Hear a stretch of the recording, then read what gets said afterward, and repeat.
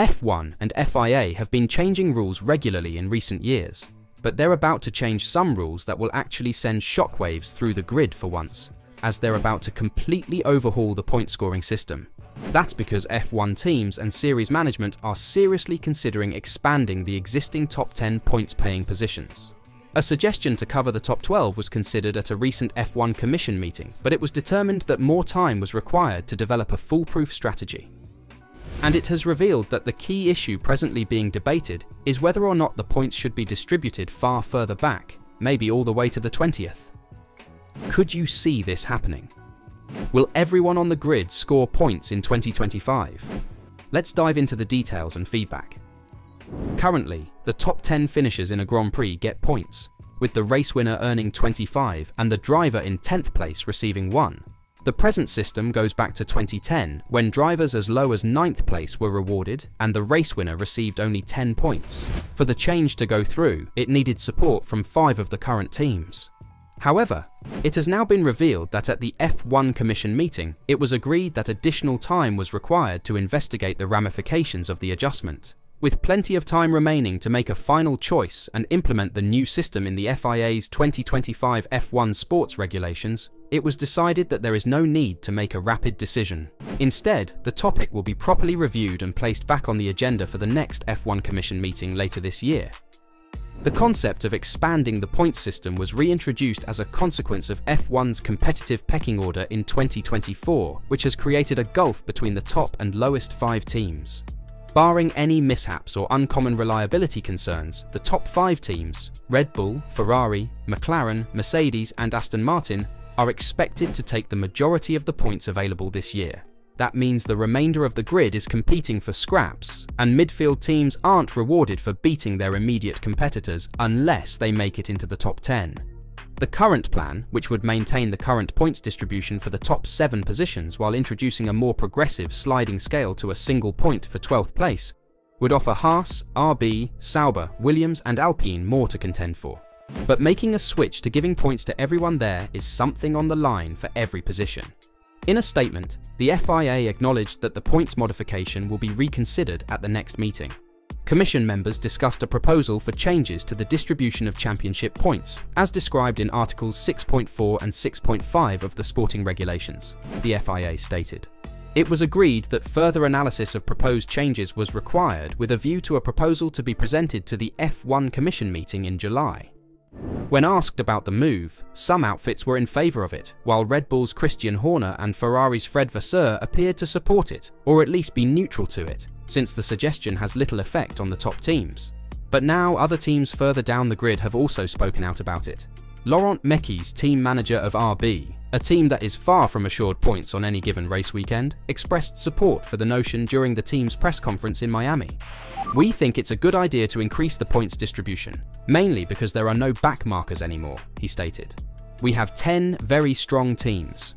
This year is a good example. We have a fantastic fight also in the second part of the grid, 10 cars fighting within 1/10, 2/10. And you know our pole position is P11 currently. Our win is P11. If nothing happened at the front, and the reliability of the guys at the front has been extraordinary. So we think it's a fantastic fight. We want to explain it to the fans. We want to explain it to our partners, and we think that points will help to give value to that P11, which today for us is a victory. So for sure, we are supportive of an extension of the point system. Then know whether you go to P12, to P14, to whatever. We can discuss, but I think where the level of competitiveness of the teams is so high nowadays, that the fight in the midfield, the fight at the back, will also deserve some points. Mike Crack feels that the system should be altered in order to allow more teams to get points and motivate teams to battle for every position all the way to the finish line. "I think the system needs to be looked at. We have a new fan base also," he said. "We are not anymore the purists that we were for these many years, so I think it is really time to have a look at this. Personally, I think there always needs to be something to fight for, wherever you are. A bit like Laurent mentioned, we should obviously not be too much influenced by how it is this year, because next year can be different than the year after. But I think it was a good consensus in the F1 Commission to say we want to make an adjustment, but we should not rush it, because we don't want to change it again later." So I think it's important that we have a good thought about it and then we discuss some different proposals next time. Ferrari's Fred Vasseur stated he isn't opposed to the proposal, but that expanding the points system to about 12th place, as has also been mooted, would merely result in the same argument being made later. I'm not against, and coming from Alfa Romeo, I perfectly understand the frustration that sometimes you are doing a mega weekend, but if there is no DNF in front of you, you finish P11, Vasseur said. And the reward is 0, but you can finish P11 or P20. It's the same. I can understand the frustration for this. Now, if you do this change and next year you have 6 teams in front, then you will say it's the same for P13, but we have to pay attention. But I'm not against. James Vowles, a team manager who would greatly benefit from a points system adjustment because Williams is one of only 2 teams that has yet to score a point in 2024, stated that the primary concern is how far down the field points should be distributed. I think changing the points is sensible, he stated. There were just questions over where do we go. Is it P12, P14, P16? All cars, fundamentally. In terms of tuning it at the front, I think my conclusion from that is Verstappen won by winning the most races. It doesn't matter what you do. It was a very good conversation at the F1 Commission around this where the room was pretty much united in let's do something that's good for the sport. However, let's take our time to get it right and do it once. Regarding how the move may affect how teams race, McLaren CEO Zak Brown stated that he fully agrees with the issues raised by his colleagues. This while some argue that expanding the point scoring positions makes it too simple to acquire them, but Brown sees it in another way and believes that awarding points for every finisher has advantages. I think increasing that will just create more excitement throughout the whole field, so we're supportive of more teams getting more points, he said. I think there could be an argument made for all. That would obviously be quite an overhaul. But I think as soon as points come into play, it makes every pass that much more important. Sometimes cars will pull in, save some stuff on their car, wear and tear, because they're out of the points. That would eliminate that.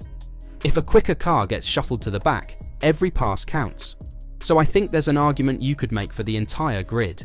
Certainly no less than 12. But I think, as James mentioned, we need to change it once, and that's what we agreed at the FIA Commission.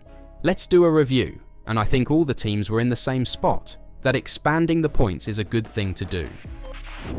Aside from having a significant influence on the all-time points scoring lists, which currently significantly favour modern-day drivers' performances, the move would result in a significant gain in financial resources for the FIA.